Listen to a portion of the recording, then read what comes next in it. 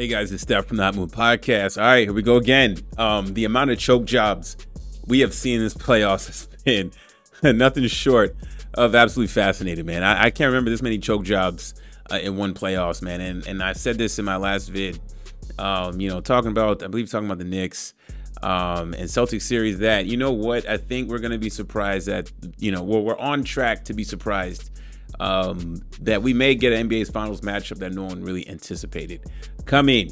And boy, are we on a track to that. I mean, look, man, the Cavaliers, they had no Garland, obviously, with his toe injury.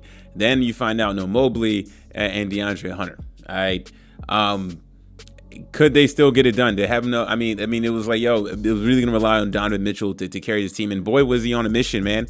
I mean, best player on the court, 48 points, leading the charge. At one point, the Cavaliers was up 20 in this game. Okay, I think they had like a 14-point lead in the fourth quarter, and they just kept chipping away. Then Donovan Mitchell has that foul that I think became a flagrant. So they got 2 shots possession. Then Strus becomes the go to the game, making a very costly inbound turnover. I mean, just the poor inbounding in the league is really getting highlighted. That teams don't really know how to execute inbounding the ball. They really don't. You're seeing it more in the playoffs, and it's just like the little things like that are going to cost a team from winning and losing when these playoff games, as you can see, are now on the margins, right?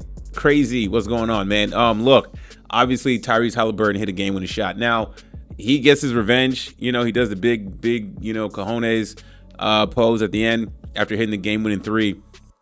After missing, I think he missed he missed 2 free throws, actually. I think he made one I forgot what it was, but he missed one. I think he made 1 or 2, whatever. Either way, gets the rebound.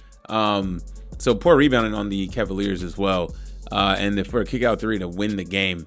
What an absolute menace performance. Look, he has 19 points. He really didn't have a big assist game.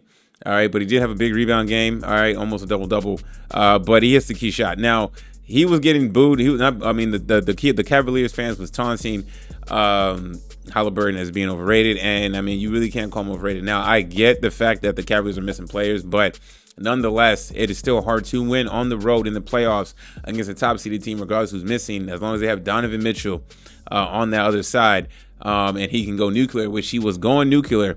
And they were up 20, right? And the battle back in this game and hit a game-winning 3, basically damn near at the buzzer. You got to say, Tyrese Haliburton, hadn't been high on him. In my opinion, I didn't call him overrated. I think he was properly rated. I think that's fair. I just think that he was a good player, but he's not a player that I'm going to hang my hat on, or a guy that I'm going to be like, yeah, I would take Tyrese Haliburton over some of the other top guards in the NBA, right? But you know what? But the playoffs is a wonderful thing because it gives guys like a Tyrese Haliburton to build a resume, right? This Indiana Pacers team was just in the Eastern Conference Finals last year. He got hurt, but prior to that, he really wasn't playing well.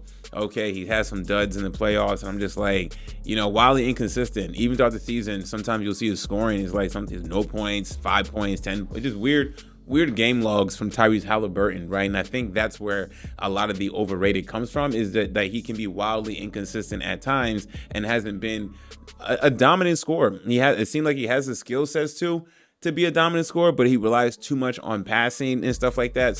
But I can't knock a player for being a true point guard.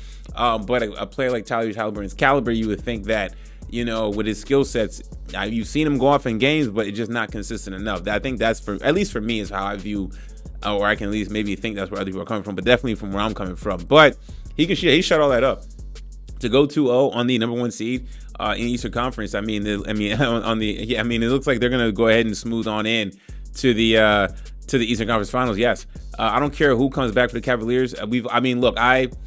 I like the Cavaliers, but I put them in the same category as OKC, right? You can make the case that could we have 2 fraudulent 1 seeds with 60+ wins in the Eastern Conference and the Western Conference. The Nuggets stole a game, the Cavaliers stole 2 games. Being a top seeded team, if you're a top seeded team, but you're not you don't have that alpha player, that Jokic type player, you know what I'm saying? Like, or Giannis. Let's say Giannis was 1 seed, right? In the East. You could probably hang your hat on those type of teams coming out. You know what I'm saying? But no. You know what I'm saying? So, I mean, I like Donovan Mitchell. The series is not over. Could the Cavaliers, they got to turn around quickly. But it seemed like the series is over at this point, and it got over very quickly. And unfortunately, the injury bug got this team. Again, I've always said the NBA playoffs are variables. You got to be healthy. The ball got to bounce your way. Health is a big factor. Attrition is a big factor. People may not like that, but that's part of the game. So I'm not going to, look, the Celtics got through the Pacers, and the Pacers didn't offer much resistance when Haliburton got hurt. Okay, cool. Nobody's going to look back and say the Celtics, they ease on in and won a championship. Nah, I mean, things happen along the way. You can look back at Steph Curry's first championship. Players were breaking down, I believe, and even in the Memphis series, like Conley got injured and stuff like that. I mean, you Kawhi Leonard and got hurt in 2017. You know what I'm saying? And people, so things happen. So I gotta credit the Indiana Pacers. Man, what a big shot! That's the type of shot that we need to see from Haliburton in moments like this. That he can then get through this series. Then people will not call him overrated. You know what I'm saying? Big time shot, impressive.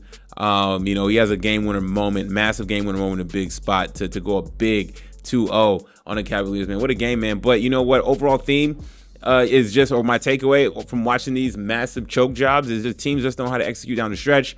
The fundamentals of turning the ball over, costly turnovers, silly inbounding, okay, bad clock management. Okay, you're really starting to see these top teams struggle when you're not blowing teams out in the regular season. The teams that got to win on the margins, that got to figure out how to play the game smart, the right way, and stuff like that.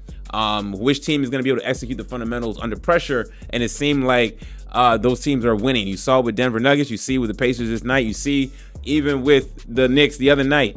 You know what I'm saying? With good defense, late, knowing to put the guys in position to make certain plays. I mean, this is really good basketball, man. I'm really excited. I haven't been more amped for NBA playoffs in a long time, man, and I haven't had this much excitement.